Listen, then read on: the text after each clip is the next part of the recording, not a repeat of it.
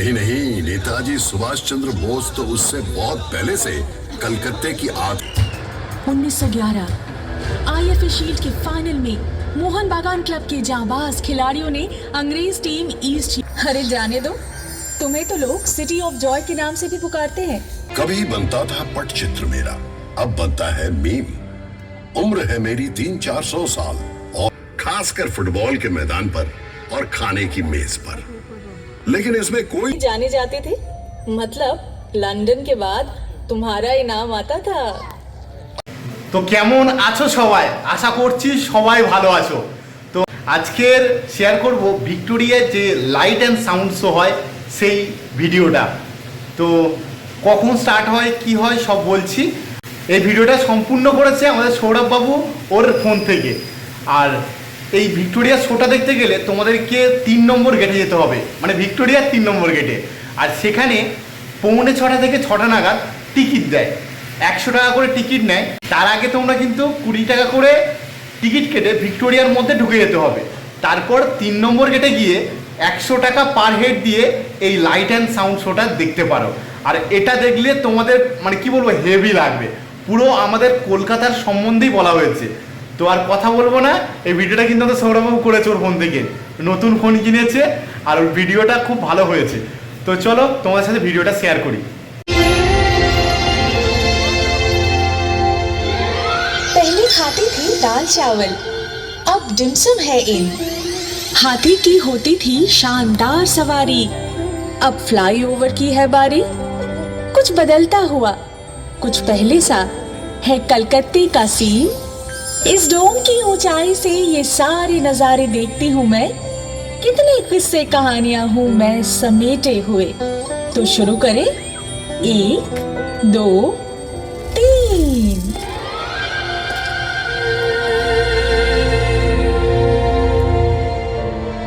कभी बनता था पटचित्र मेरा, अब बनता है मीम। उम्र है मेरी 300-400 साल, और हजारों है थीम। लड़की तो भली है ही ये, मगर ना जाने क्या क्या भूल जाए। तभी खुद आ गया मैं बनाने एक बेहतरीन टीम।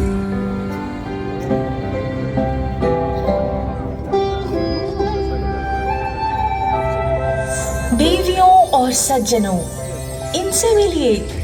आप लोग जहाँ बैठे हैं, किसी समय ये यहाँ घुमा करते थे। जुरासिक पार्क से पार्क स्ट्रीट का सफर तो बहुत लंबा है। अगर वहां से शुरू करोगी तो मोबाइल फोन तक पहुंचते पहुंचते 52 एपिसोड का सीरियल बन जाएगा। क्यों ना हम ब्लैक एंड व्हाइट के जमाने से शुरू करें? तो फिर मैं वहां से शुरू करूं? 16 जनवरी 1941 की रात एक गाड़ी 38/2 एल्गिन रोड से तेजी से निकलती है और सीधा घुस जाती है बंगालियों के दिल और आत्मा में। नहीं नहीं, नेताजी सुभाष चंद्र बोस तो उससे बहुत पहले से कलकत्ते की आत्मा में बस चुके थे, जब वो 1930 में कलकत्ता के मेयर बने थे। यही नहीं, बतौर कांग्रेस प्रेसिडेंट वे पूरे भारत के दिल और दिमाग में बसते थे। और ब्रिटिश सरकार की आंखों में धूल झोंक कर 3-4 बार भेस बदल कर बचना, ये तो पूरा थ्रिलर है। नेताजी के बाद ऐसा अमर सुपर हीरो कलकत्ते को फिर कभी नहीं मिला।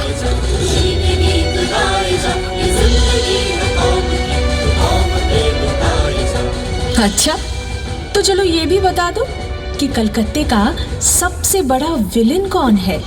इस पर तो मैं एक ऐसे विलेन का नाम लूंगा जिसका कोई नाम ही नहीं। नाम ही नहीं मतलब? 1989 में लगातार 6 महीनों तक एक अनजान व्यक्ति रात के अंधेरे में सड़क पर सोते हुए 13 बेघर लोगों का पत्थर से खून करता है। मीडिया ने उसे नाम दिया स्टोन मैन। नहीं नहीं नहीं नहीं, इतने भयानक किस्से से इतिहास की शुरुआत होगी? मुझसे पूछो तो सबसे बड़ा विलेन है अमिताभ बच्चन। अमिताभ बच्चन? वो क्यों? वाह भाई वाह, नौकरी की तो कलकत्ते में, थिएटर किया तो कलकत्ते में, पर फिल्मों की बारी आई तो पहुंच गए बंबई। क्या जाता अगर बांग्ला सिनेमा में ही रोमांटिक हीरो बन जाते? इस लॉजिक से तो क्लिफ रिचर्ड का बचपन भी यही गुजरा है, कलकत्ता में।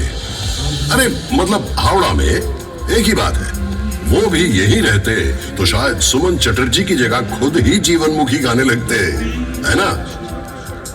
और पेले, वो भी तो कलकत्ता आए थे। और लियोनेल मेसी, वो भी तो।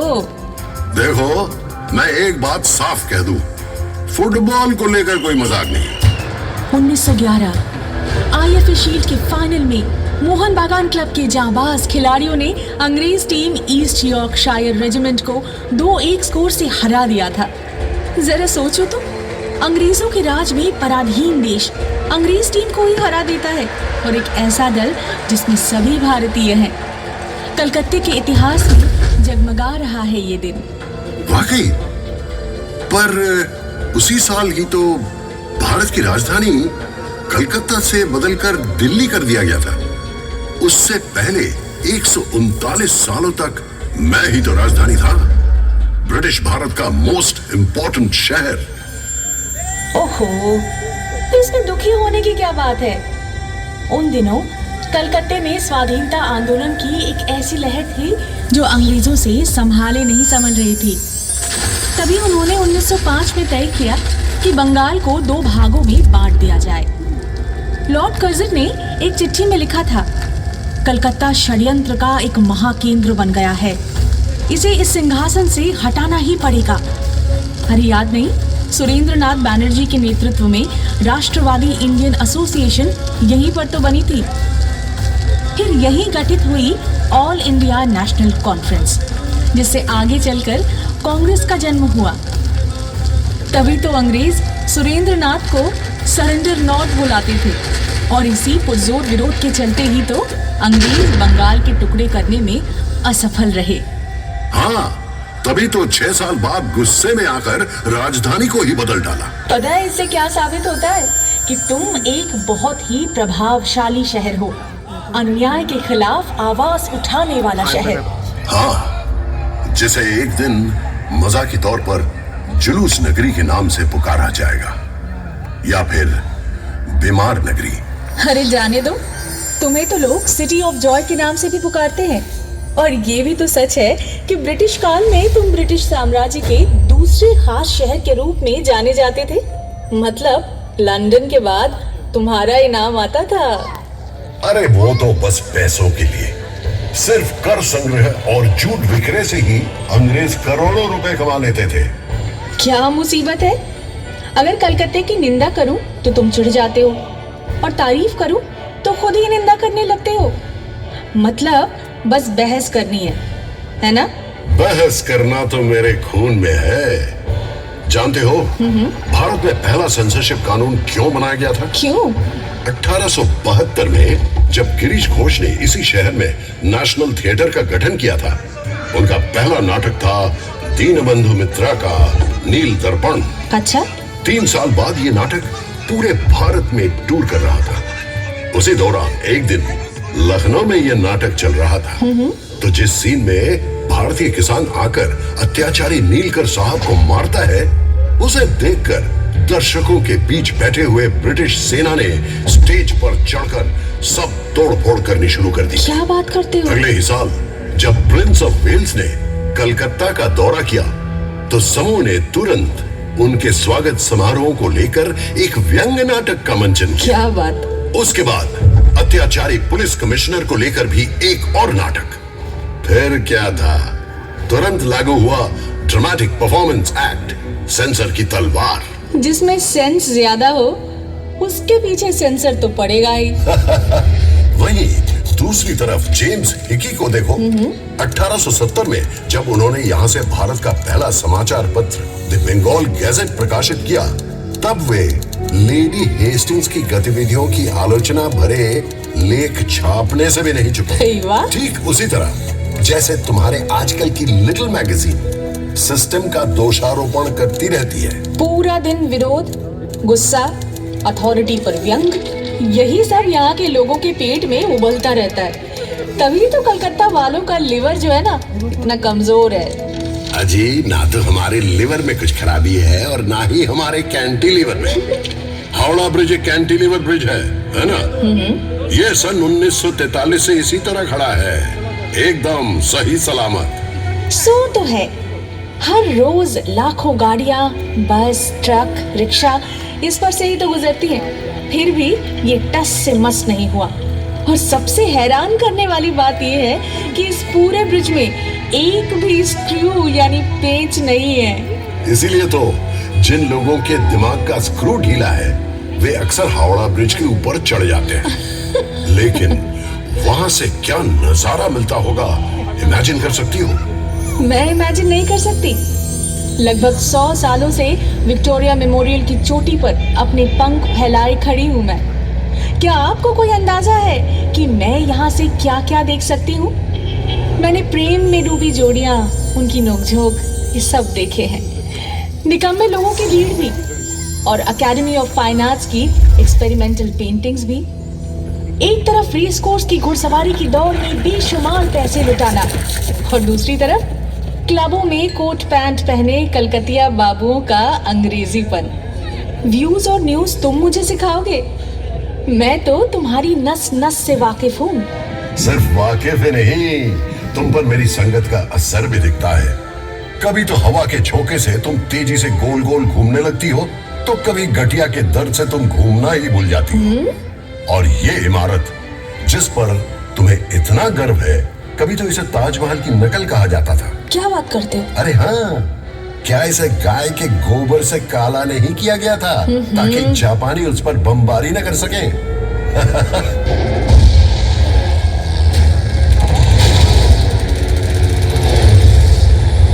इसमें इतना हंसने की क्या बात है?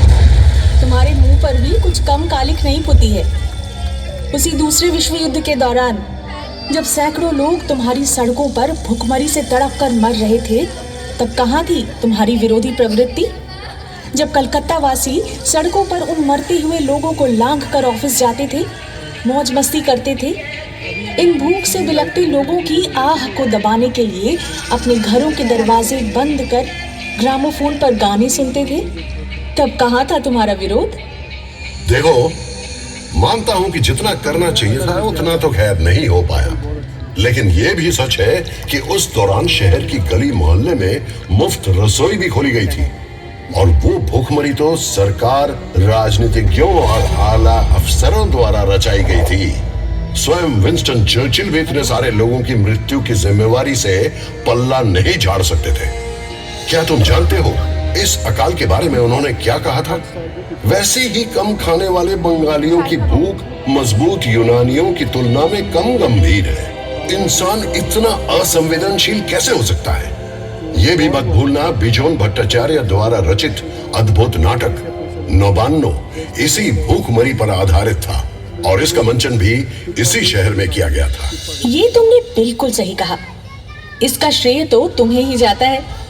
1942 में स्थापित इप्टा यानी इंडियन पीपल्स थिएटर एसोसिएशन वामपंथी कलाकारों का ही संगठन था, जिसने कलकत्ता को न जाने कितने अनमोल रत्न दिए।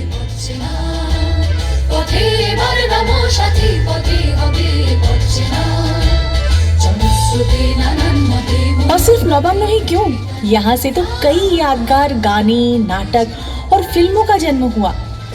इसी इप्टा ने ही तो कई जगमगाते हीरे दिए हमें। उत्पल दत्तो, ज्योतिरिंद्रनाथ मोइत्रो, देवव्रत विश्वास, सलिल चौधरी और इन्हीं के भाव शिष्य थे मृणाल सेन। यह दौर कितना प्रेरणादायक था ना। समाज को बदलने के लिए कला को एक हथियार के रूप में उपयोग करके हजारों लोगों को उत्कृष्टता और जुनून के साथ प्रेरित किया था इप्टा मूवमेंट ने। मानो ये एक महान क्रांति का नेतृत्व करने वाले जादुई रथ की तरह था, जो एक अथक यात्रा कर रहा था। 1943 में पड़े अकाल के लगभग 170 वर्ष पहले बंगला सन 1176 में आई भूखमरी भी तो इंसानों की ही देन थी। ब्रिटिश द्वारा रचित भूखमरी वो जनता को बड़ी बर्बरता से निचोड़ कर लगान वसूल करते थे। उन्होंने किसानों को अपने धान के खेतों में अफीम और नील बोने के लिए मजबूर किया था। उस समय भी तो मेरे सीने में गिरकर लाखों असहाय लोगों ने जान गंवाई थी, और मैं बस चुपचाप देखता रह गया। काश उस समय भी एक आईपीटीए होती। तुम्हारा इतिहास जागते रहने का इतिहास है। लेकिन सोते रहने का भी। अच्छा ये बताओ, 19वीं सदी में जब बंगाली बाबू लोग अपनी पालतू बिल्लियों की शादी में बेशुमार धन बर्बाद कर रहे थे या गुलाब जल में स्नान कर रहे थे, तब तुम किस हालत में थे जनाब? आधी नींद में या ऊँघते हुए? আমারে ফ্রড করে প্রাণ কৃষ্ণ কোথায় গেলি, আমারে ফ্রড করে প্রাণ কৃষ্ণ কোথায় গেলি, I am for you very sorry, I am for you very sorry. আমার तब मुझे बड़ा मजा आता था। पूरे बदन पर तेल मलकर 4 घोड़ों वाली गाड़ी पर सवार होकर नदी में स्नान करने के लिए निकलने का एक अलग ही ग्लैमर होता है। ये तो मानती हो ना? और जरा सोचो, अगर बाबुओं की वो शोशेबाजी ना रहती तो तवायफों का नाच देखने का भी चलन नहीं रहता। फिर ना तो उनके पैसों से ढेर सारे स्कूल कॉलेज खुलते और ना ही मेरा सबसे खूबसूरत और जगमगाता त्योहार दुर्गा पूजा अस्तित्व में आता। दुर्गा पूजा नहीं होती? मगर क्यों? अरे शोभा बाजार के बाबू नवकृष्ण देव ने ही तो मदरसे बनाने के लिए ढेर सारे रुपए दिए थे, सड़कें बनवाई थी और पूरे देश भर से गायकों संगीतकारों को बुलवाकर बड़े बड़े संगीत सम्मेलन करवाते थे। और उन्होंने न केवल पलासी की लड़ाई में सिराजुद्दौला के खिलाफ साजिश में भाग लिया, बल्कि अंग्रेजों की जीत की खुशी में एक शानदार दुर्गा पूजा का भी आयोजन किया था। अच्छा? उसी के चलते ही तो हमारे कैलेंडर में दुर्गा पूजा को इतना महत्वपूर्ण स्थान मिला। क्या बात करते हो? दुर्गा पूजा की शुरुआत उसी व्यक्ति ने की जिसने बंगाल को अंग्रेजों के हाथ में सौंपने का षड्यंत्र रचा था। बिल्कुल। शायद बंगाल अंग्रेजों के हाथों कभी ना आता अगर 1756 में सिराजुद्दौला अपनी विशाल सेना लेकर मुझ पर आक्रमण न करता।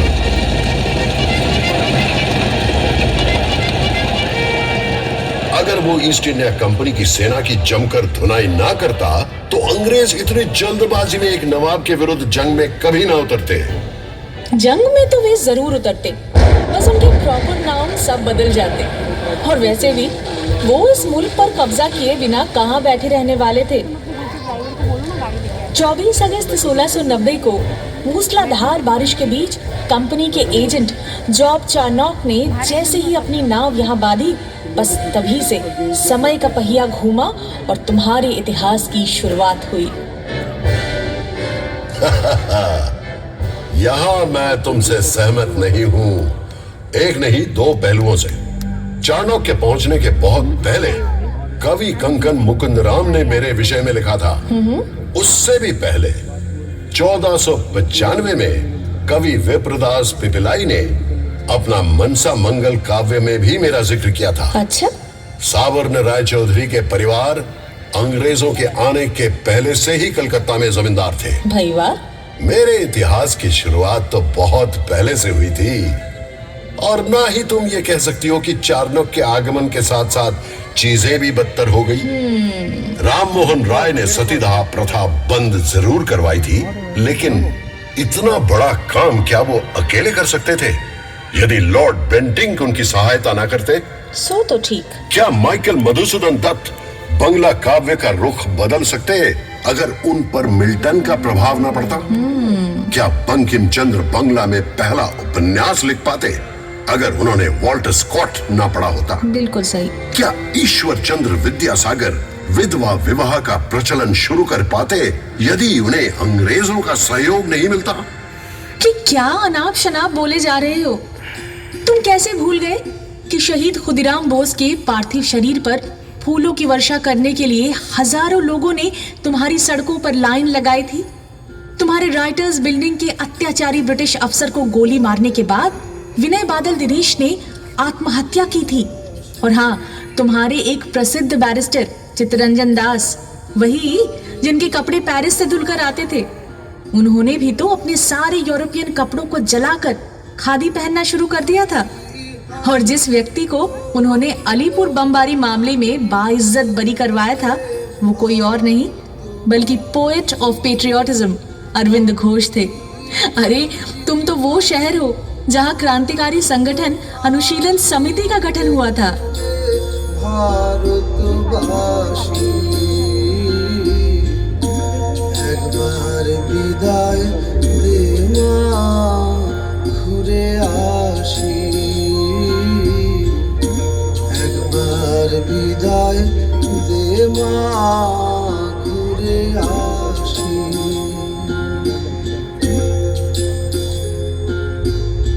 हाँ सो तो है, मगर ये भी तो सच है जिस मॉन्यूमेंट को 1828 में ईस्ट इंडिया कंपनी द्वारा 2-2 युद्ध में जीत हासिल करने की खुशी में कमांडर डेविड ऑक्टरलोनी की याद में बनवाया गया था, 1969 में उसी का नाम बदलकर शहीद मीनार रख दिया गया, जिसे भारत के स्वाधीनता संग्राम में हुए शहीदों को समर्पित किया गया। इसमें नाराज होने की क्या बात है? मैं तो बस सोच रहा था। इसे कहते हैं ख्याली पुलाव पकाना। अगर कलकत्ता की सड़कों पर शेर चीते घूमते रहते तो फिर क्या होता? अरे बंगाल का शेर यानी कि बाघ, वो तो बहुत प्रसिद्ध है और वो कलकत्ता में ही रहते थे। कलकत्ता विश्वविद्यालय जिसकी स्थापना 1857 में हुई थी, उसके ठीक 50 साल बाद 1907 में उन्होंने इसकी कमान संभाली और पूरी जिम्मेदारी के साथ उसका एक नया रूप दे डाला। वो थे सर आशुतोष मुखोपाध्याय। और बब्बर शेर? बब्बर शेर यानी सिंहो, हाँ वो भी है। काली प्रसन्न सिन्हा या काली प्रसन्न सिंहो, जिन्होंने एक ओर महाभारत का अनुवाद किया था तो दूसरी ओर मुझे लेकर हुतुम पेंचार नौकशा भी लिखा था। और गैंडा, उसका क्या? गैंडा तो वो लोग हैं जिनकी मोटी खाल को कलकत्ता के महापुरुषों की शिक्षा भी भेद नहीं कर पाई। उन्होंने राम मोहन राय की निंदा की और विद्यासागर के बारे में व्यंग गीत भी लिख डाले और हर गली मोहल्ले में गाते फिरते रहे, और वो सब उन्हें बर्दाश्त भी करना पड़ा। वास्तव में यही बातें दर्शाती हैं कि वे सब महापुरुष अपने समय से कितने आगे थे। विवेकानंद को भी तो ये सुनना पड़ा कि वे कोई सन्यासी नहीं थे, क्योंकि उन्होंने ईसाइयों की भूमि का दौरा किया और मांस खाया, जबकि उन्होंने ही शिकागो में अपने असाधारण भाषण से भारत का नाम रोशन किया। उनके गुरु श्री रामकृष्ण को भी तो सुनना पड़ा था कि वे अनपढ़ हैं, जबकि उन्होंने अपने सहज भाव तथा धर्म ज्ञान के प्रकाश से अनगिनत ज्ञानी और विद्वानों को एकत्रित कर लिया था। ये वही महात्मा है जिन्होंने ज्योतो मौत तोतो पौत का प्रचार किया, यानी कि जितने दृष्टिकोण हैं उतने ही रास्ते हैं। उन्होंने न केवल सर्वधर्म समभाव की बात की, बल्कि कलकत्ता के जीवन दर्शन के बारे में भी बताया। रविंद्रनाथ टैगोर को भी कुछ कम नहीं सहना पड़ा। उन्हें तो यह भी कहा गया था कि उनकी सभी लेखनी अस्पष्ट है और उन्होंने बिल्कुल बेतुके उद्देश्यों को लेकर शांति निकेतन की स्थापना की है, परंतु उनको मिले नोबेल पुरस्कार आज भी मेरी गौरव गाथा की पहली पंक्ति है। 1911 में भारत की राजधानी के दर्जे से भले ही मुझे विस्थापित कर दिया गया, लेकिन उसके सिर्फ 2 साल बाद ही मेरे सिर पर एक ऐसा ताज पहनाया गया जिसकी चमक कभी भी कम नहीं होने वाली। नोबेल कमेटी ने घोषणा की रविंद्रनाथ टैगोर को उनके गहरे, संवेदनशील, ताजा और सुंदर कविता के कारण पुरस्कार से सम्मानित किया जा रहा है। बिल्कुल। क्या तुम एक ही शहर से 6 नोबेल पुरस्कार विजेताओं की कल्पना कर सकते हो, और वो भी 5 अलग अलग क्षेत्रों में? 1902 में रोनाल्ड रॉस को नोबेल प्राइज मिला चिकित्सा विद्या के लिए। 1930 में फिजिक्स के लिए नोबेल मिला सीवी रमन को। 1979 में मदर टेरेसा को नोबेल शांति पुरस्कार प्राप्त हुआ और 1998 में अमर्त्य सेन को नोबेल मिला इकोनॉमिक्स के लिए, और 2019 में अभिजीत विनायक बंदोपाध्याय को वैश्विक स्तर पर गरीबी कम करने की ओर किए गए उनके कार्यों के लिए नोबेल पुरस्कार से सम्मानित किया गया। ऐसा नहीं है कि नोबेल मिलना ही सब कुछ है। वैज्ञानिक जगदीश चंद्र बोस ने भले ही नोबेल पुरस्कार ना जीता हो, लेकिन वो मेरे आकाश के एक जगमगाते सितारे हैं। उनकी प्रतिभा पेड़ पौधों में जीवन की खोज से लेकर रेडियो के आविष्कार तक फैली हुई है। आचार्य प्रफुल्ल चंद्र राय इंग्लैंड की रॉयल केमिकल सोसाइटी द्वारा केमिकल लैंडमार्क पुरस्कार से सम्मानित होने वाले पहले गैर यूरोपीय थे। बोस आइंस्टाइन स्टैटिस्टिक्स के मानक वाहक सत्येंद्रनाथ बोस के नाम पर बोसोन गण का नाम रखा गया है। भारत में स्टैटिस्टिक्स चर्चा के जनक योजना आयोग के वास्तुकार प्रशांत चंद्र महलानबिस भी इसी शहर के निवासी थे, जिनका जन्मदिन अब नेशनल स्टैटिस्टिक्स डे के रूप में मनाया जाता है। मुझे तुम्हारे गुब्बारे को पंचर करने का बेहद अफसोस है, लेकिन विज्ञान का ये महान केंद्र कभी कभी अवैज्ञानिक सनकियों का केंद्र भी बन जाता है। 1857 में कलकत्ता में अचानक मृतकों के वापस लौटने की अफवाह फैली। किसी ने कहा इस साल जितने लोगों की मौत हुई है वे सभी लोग काली पूजा की रात को लौट आएंगे। और फिर कुछ लोग बोले नहीं, पिछले 10 सालों में जितने लोगों की मौत हुई है वे सभी 15वीं कार्तिक को वापस लौट आएंगे। पूरे शहर में हलचल मच गई। बहुत से लोग बेचैनी से अपने मृतक परिजनों के लौटने का इंतजार करने लगे। इस पर गाना भी बना लिया गया था, पता है? मर गया था जो आ रहा लौट के, बहता हुआ आ रहा है राना घाट पे, पतली गर्दन उसकी और पेट है फूला सा, पानी पी पी कर बन गया है जली सा। Guilty as charged. 1979 की अफवाह भी कुछ कम नहीं थी कि अमेरिका द्वारा भेजा गया सैटेलाइट स्काईलैब कभी भी टूटकर गिर पड़ेगा। लोगों का बस चलता तो वो आसमान की ओर देखते हुए ही सड़क पर चलते। कोई तो पूरा दिन हेलमेट पहनकर ही घूमते थे। हाँ, स्काईलैब के कुछ टुकड़े गिरे जरूर थे, लेकिन वो ऑस्ट्रेलिया था, पर्थ और उसके आसपास के कुछ अन्य जगहों पर। कलकत्ता से उसका दूर दूर तक कोई संबंध नहीं था। लेकिन सबसे बड़ी अफवाह या शायद पागलपन था कि गणेश जी ने दूध पीना शुरू कर दिया। 1995 की एक दोपहर को, याद है तुम्हें? चाहे वो मंदिर के गणेश हो, कैलेंडर के गणेश हो या फिर दीवार पर टंगे गणेश हो, सभी गणेश जी ऐसे दूध पी रहे थे जैसे कि मानो उनका जीवन उसी पर निर्भर हो। सभी दूध लेकर सिर के बल भाग रहे थे कि अपने निकटतम गणेश जी को दूध पिलाया जाए, मानो अगर वे इस मिरेकल को देखने से चूक गए तो उनके पुण्य का जो कोटा है ना वो कम हो जाएगा। इसे ही कहते हैं डिरोजियो का फैंटम पंच।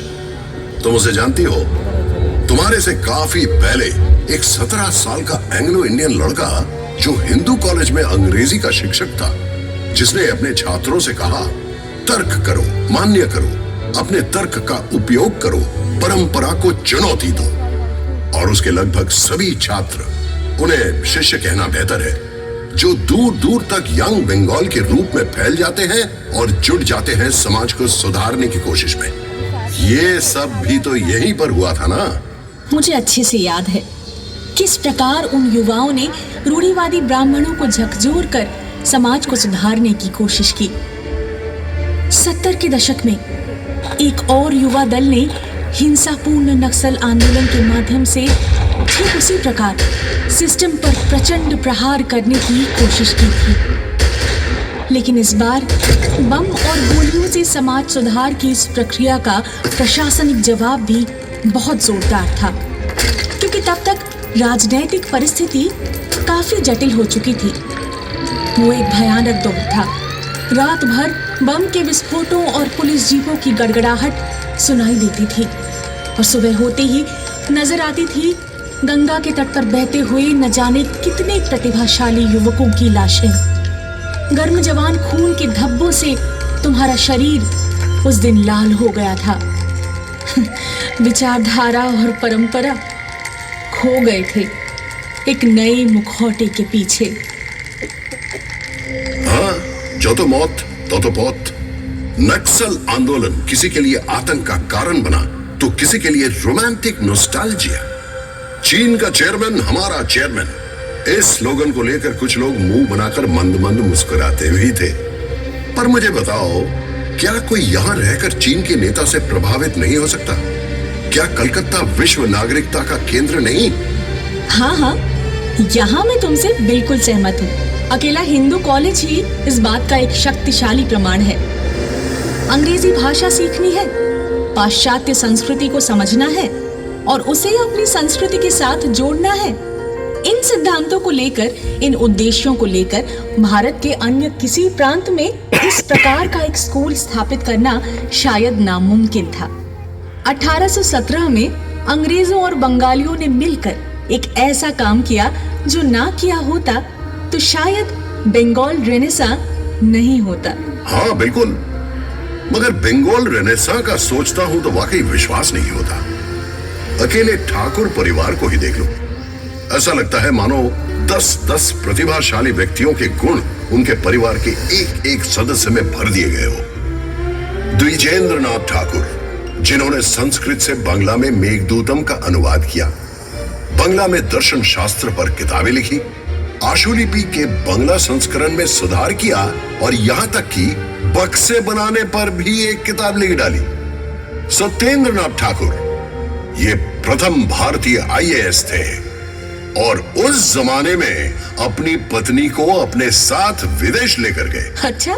ज्योतिरेंद्रनाथ ठाकुर एक श्रेष्ठ चित्रकार, नाट्यकार, निर्देशक और अभिनेता थे। देवेंद्रनाथ ठाकुर ने तो सिर्फ 3 घंटों में डिक्टेशन देकर ब्रह्म धर्म पर पूरी किताब ही लिख डाली। गगनेंद्रनाथ ठाकुर एक असाधारण चित्रकार थे। वो कार्टून बनाने के साथ साथ क्यूबिस्ट पेंटिंग भी बनाते रहे। क्या बात है। और अवनींद्रनाथ के चित्र और कहानियां दोनों ही बंगाली संस्कृति का खजाना माने जाते हैं।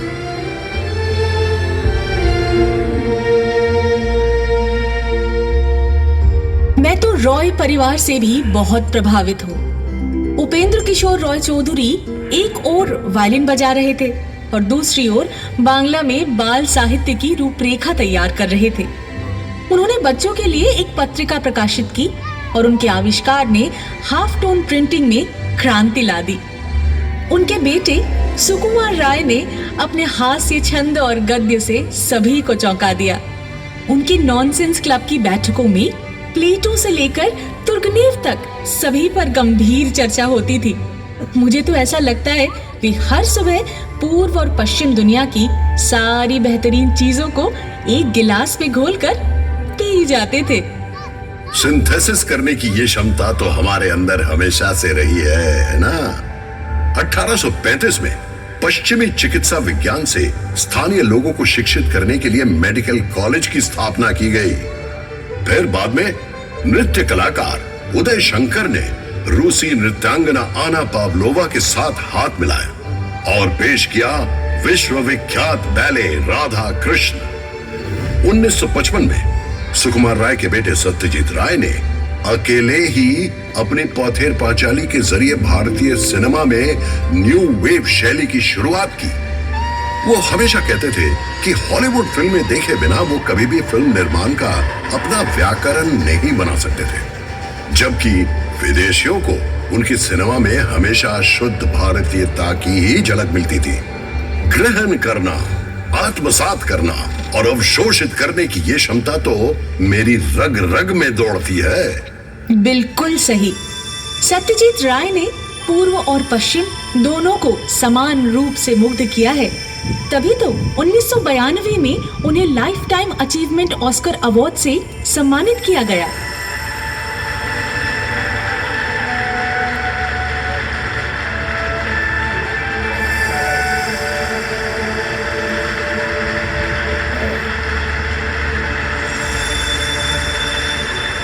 वही क्यों, उसी वर्ष की शुरुआत में सुब्रतो मित्रों को भी सिनेमाटोग्राफी में उत्कृष्टता के लिए Eastman कोडाक life time achievement award से सराहा गया था। कितनी अजीब बात है ना। सुब्रतो मित्रों सत्यजीत राय की शुरुआती फिल्मों में कैमरामैन हुआ करते थे। अफसोस कि उन्हें कभी भी वह प्रसिद्धि नहीं मिली जो दुनिया के सर्वश्रेष्ठ सिनेमाटोग्राफर में से एक के रूप में उन्हें मिलनी चाहिए थी। माफ करना, गुमनाम नायकों के प्रति तुम्हारा ये जो जुनून है ना, कि मेरी समझ से परे है। समझ ही नहीं आता कि तुम असल में उदार हो या अत्यधिक आलोचनात्मक? जब भी दुनिया आपके शहर के किसी का गुणगान करे, कलकत्ता वासी तुरंत एक दूसरे व्यक्ति को पेश कर देंगे और कहने लगेंगे, भाई इनमें क्या कमी है, इन्हें इनका हक क्यों नहीं मिला? क्यों नहीं? कलकत्ता के लोग विजेताओं को लेकर जश्न मनाना भी जानते हैं और साथ साथ जो लोग पीछे छूट गए हैं उनका सम्मान करना भी।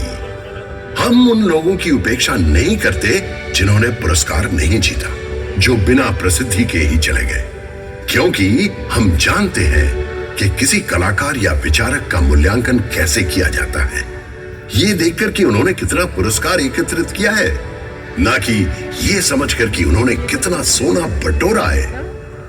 इसीलिए जब तक रविंद्रनाथ याद रहेंगे तब तक जीवनानंद दास भी, जब तक सत्यजीत राय तब तक ऋतिक घटक भी, जब तक शंभु मित्रो तब तक बादल सरकार भी, जब तक सुनील गंगोपाध्याय तब तक कोमल कुमार मुजुमदार भी।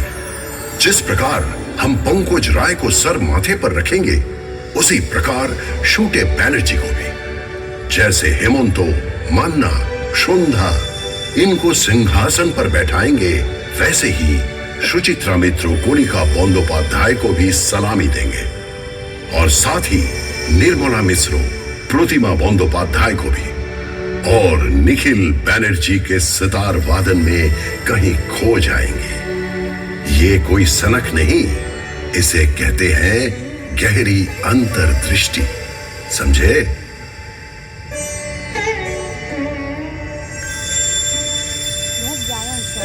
समझे। लेकिन कृपया मुझे ये बताइए कि ये केवल जाने माने लोगों पर ही क्यों लागू होता है? ये सोच 1947 में विभाजन के बाद आए शरणार्थियों पर क्यों नहीं लागू हुई? वो भी तो हारे हुए थे, उनके प्रति इतना तिरस्कार क्यों, इतनी उपेक्षा क्यों? ये तो बहुत पुरानी बातें हैं और मैं इस बात से इनकार नहीं कर रहा हूं कि प्रवासियों और निवासियों यानी कि बांग्ल और घोटी के बीच का झगड़ा कुछ कड़वा रहा है, खासकर फुटबॉल के मैदान पर और खाने की मेज पर। लेकिन इसमें कोई शक नहीं कि घोटी बांग्ल दोनों अब पूरी तरह से मिलजुल कर एक हो गए हैं। इसमें भी कोई शक नहीं कि वामपंथी राजनीति उस समय काफी हद तक मेरे डीएनए का अभिन्न अंग बन गई थी, क्योंकि इसने शरणार्थियों को वो सम्मान दिया जिसके वे हकदार थे। रोटी, कपड़ा और आश्रय के लिए उनके संघर्ष में उनका साथ दिया। 1971 में बांग्लादेश मुक्ति संग्राम के दौरान फिर से शरणार्थी आए, वे अब भी आते रहते हैं। कलकत्ता कभी किसी को वापस नहीं लौटाता। सो तो है ही, और साथ में उन सब को कबाब और बिरयानी भी जरूर चखाता है। कलकत्ता अगर एक और पराजित व्यक्ति को शरण नहीं दी होती तो शायद यह बिरयानी भी यहां नहीं मिलती। मतलब तुम किसकी बात कर रहे हो? वाजिद अली शाह, अवध के नवाब।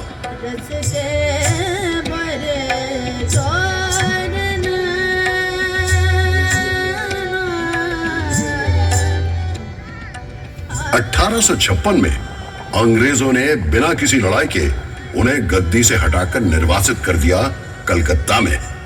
उन्होंने डेरा डाला मेटिया बुरुज में। धीरे धीरे संस्कृति में, कपड़ों में और खान पान में मेटिया बुरुज छोटा लखनऊ बन गया। इस प्रक्रिया में स्थानीय संगीत और नृत्य भी प्रभावित हुए, लेकिन उससे कई गुना ज्यादा प्रभावित हुए कलकत्ता वालों का खाने का स्वाद और खाना पकाने के बर्तन आदि।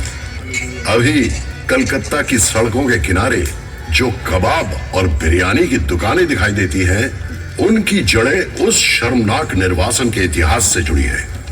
जीवन धन का कुछ भी व्यर्थ नहीं जाता, कलकत्ता ने सदा शान से ये माना है। लेकिन जब हम 1946 के दंगों को याद करते हैं, तब ये शान शायद फीकी पड़ जाती है। वो भीषण हिंदू मुस्लिम दंगे जो करीब एक हफ्ते तक चले थे।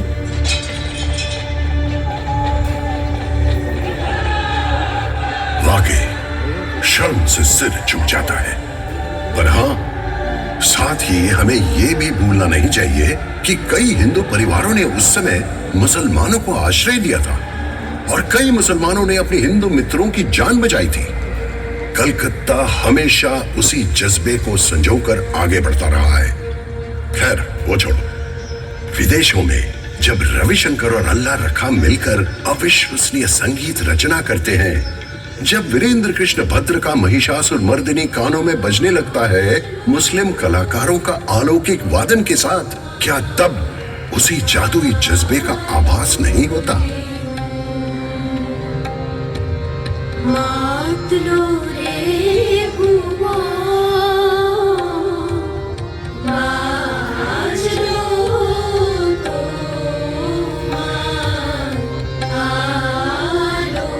बिल्कुल मेरे दोस्त, सही कहा तुमने। और इसी बात से जादूगर पीसी सरकार को लेकर एक वाकया याद आ गया। एक बार उनका मैजिक शो देखने सब लोग इकट्ठे हो चुके थे। निर्धारित समय के बाद 10 मिनट बीत चुके थे, लेकिन जादूगर साहब का कोई अता पता नहीं। सब लोग बेचैन हो रहे थे। अचानक सबको एक आवाज सुनाई देती है, हियर आई एम। सब लोग आश्चर्यचकित होकर देखते हैं तो वो मंच पर खड़े हैं और कह रहे हैं कि मैं तो सही समय पर ही पहुंचा हूँ। आप लोग अपनी अपनी घड़ी जरा देखिए। हैरान होकर सब लोग जब घड़ी की तरफ देखते हैं तो वाकई में उनकी घड़ियां 10 मिनट पीछे चली गई थी। कुछ भी नहीं बदला है और तुम भी उनके ही जैसे हो, सामूहिक सम्मोहन के उस्ताद। घड़ी की सुई और इतिहास के पन्नों के बीच से गुजरते आगे बढ़ते जा रहे हो। कभी लोग तुम्हारी पूजा करते हैं तो कभी तुम पर व्यंग कसते हैं, पर इन सब के बीच तुम अपनी झिलमिलाती मुस्कान को बरकरार रखते हुए घोषणा करते हो, हियर आई एम।